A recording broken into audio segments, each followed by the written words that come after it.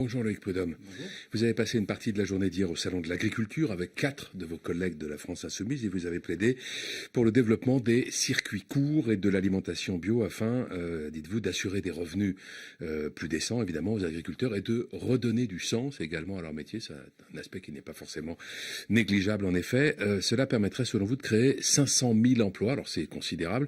À quelle échéance, en combien de temps ? Écoutez, dans une échéance assez courte, je pense que c'est moins de 10 ans. Il faut savoir que sur les 10 ans qui viennent de passer, le modèle qui est actuellement en route, depuis presque un demi-siècle, nous a fait perdre 350 000 actifs agricoles. Donc nous, on propose d'inverser effectivement toute cette logique et de renverser la vapeur. Et en 10 ans, il est tout à fait probable que l'on puisse créer effectivement un demi-million d'emplois sans grande difficulté. Est-ce que le bio peut devenir une production de masse ? Est-ce que ça n'est pas antinomique ?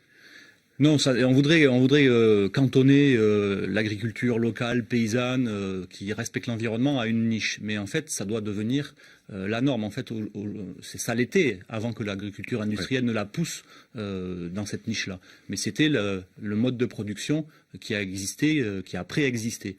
Donc voilà, non, c'est pas une production de niche et c'est surtout aujourd'hui une grande nécessité. On voit que le système aujourd'hui dominant est une impasse. C'était le ministre Pisani dans les années 60 qui disait « je vais industrialiser l'agriculture française » pour pouvoir donner des revenus aux agriculteurs et nourrir les gens. On voit que soit les gens se sont trompés, soit nous ont menti, mais un demi-siècle plus tard, on voit le problème. Un tiers des agriculteurs qui ne gagnent pas 350 € par mois et les autres qui sont dans des grandes difficultés. Donc on voit qu'il faut vraiment réfléchir autrement et prendre le problème par l'autre bout, celui de l'alimentation des personnes, une alimentation saine et du revenu des agriculteurs. Comment on atteint cet objectif, donc, de vraiment l'intensification de la production bio ? Par un système d'aide à l'installation, d'aide au maintien. On sait que les aides au maintien viennent d'être supprimées ou réduites pour une bonne partie. Comment on s'y prend ? Alors, il y a deux choses. Il faut déjà lutter contre la propagande qui nous fait croire que le prix qu'on paye à la caisse du supermarché est le vrai prix des produits industriels que l'on achète. Oui, puisque vous parlez de prix, c'est vrai, j'allais y venir, que le bio reste aujourd'hui pour pas mal de personnes un produit un peu de luxe parce que c'est cher. Et non, justement, c'est pour ça que je voulais démarrer par la caisse du supermarché. C'est que le prix que vous payez votre poulet industriel à la caisse du supermarché, il ne prend pas en compte les dégâts environnementaux, les dégâts en termes de santé publique et les dégâts sociaux. Donc on n'a pas le vrai prix que l'on paye à la caisse du supermarché, il y a un mensonge qui est là. Et donc l'agriculture paysanne, bio quand elle peut l'être, dans le prix que vous payez, vous avez déjà tout ça qui est intégré. Mais il faut savoir que quand vous achetez votre poulet industriel, ces coûts qui ne sont pas à la caisse du supermarché, vous allez les payer plus tard dans vos soins, parce que vous allez être malade plus souvent, on voit les maladies chroniques qui se développent, etc., etc. Donc comment on fait pour le massifier, il faut déjà qu'on aide effectivement les jeunes agriculteurs qui massivement s'installent en bio à s'installer. Et nous, on a plaidé à la France Insoumise, et moi j'ai porté cette question au gouvernement sur les basculements d'une partie du pilier 1 de la PAC vers le pilier 2, qui est celui qui peut aider à l'installation et au maintien. Et on a vu que c'était une bataille et qui a été arbitrée en défaveur de l'installation d'agriculteurs en bio. Jean-Luc Mélenchon n'ira pas au Salon de l'Agriculture ? Il était en Guyane et il y avait aussi une question agricole, puisque la forêt guyanaise aussi était une ressource et la pêche aussi. Il a dénoncé le niveau qui est selon lui une honte de la pêche illégale dans les eaux guyanaises.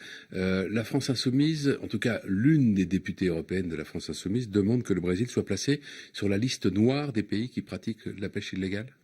Mais il faut à un moment regarder les choses en face et arrêter de tourner la tête pour dire que on va pouvoir importer par exemple du poisson à faible coût. Donc si les pratiques sont avérées, bien sûr, il faut mettre le Brésil à l'amende sur ces pratiques de pêche, comme on l'a fait sur les Pays-Bas avec la pêche électrique, où on a dit non, ça ne peut plus durer. Il faut retrouver quand même des choses un petit peu correctes dans la pratique de l'agriculture, de la pêche. C'est assez cohérent sur l'ensemble. Le Premier ministre a annoncé il y a quelques jours une réforme de la SNCF, une vaste réforme. Est-ce que vous espérez que ce projet puisse être l'occasion de la grande mobilisation sociale qui, pour l'instant, n'a pas eu lieu ? Écoutez, on espère surtout qu'on pourra sauvegarder notre service public de la SNCF, parce que là, on est face à une injonction de l'Union européenne de libéraliser le marché du rail. Ça a été voté. de fait. Au Parlement européen. On voit aussi que ça a déjà été fait pour le fret ferroviaire. On voit l'extraordinaire réussite, c'est qu'on a depuis les années 2000 1 800 000 camions de plus sur les routes, que Géodis, filiale SNCF, est le premier concurrent de la SNCF, transporteur de fret, etc., etc. Donc c'est un échec, ça ne marche pas la libéralisation.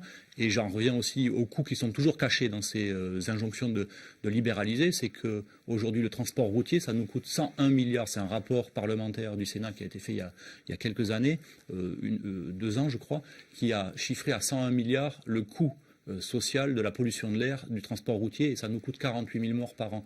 Donc il faut, quand on veut discuter de ces sujets-là, il ne faut pas juste regarder la première phase de la feuille, mais il faut regarder le dossier dans son ensemble et voir ce que ça nous coûte à tous. Moi j'espère que le 22 mars, les cheminots, mais aussi tous les fonctionnaires qui sont attaqués, les infirmières, les salariés des EHPAD, seront dans la rue pour dire ça suffit de ce modèle de société qui nous met tous en concurrence les uns avec les autres et qui nous amène à une catastrophe sociale immense. Jean-Luc Mélenchon est très en colère contre les journalistes après la publication d'articles, la diffusion de reportages sur ses comptes de campagne. Sur son blog, il écrit, je le cite, j'ouvre les guillemets, « La haine des médias, au sens de il faut haïr les médias, la haine des médias et de ceux qui les animent est juste et saine ». Est-ce que c'est un propos dont vous vous sentez solidaire ? Écoutez, en l'occurrence, il s'agit de la campagne absolument indigne de nombreux journalistes qui n'ont de journalistes que le nom, puisqu'ils n'ont pas fait aucune enquête, aucun métier sur les comptes de campagne.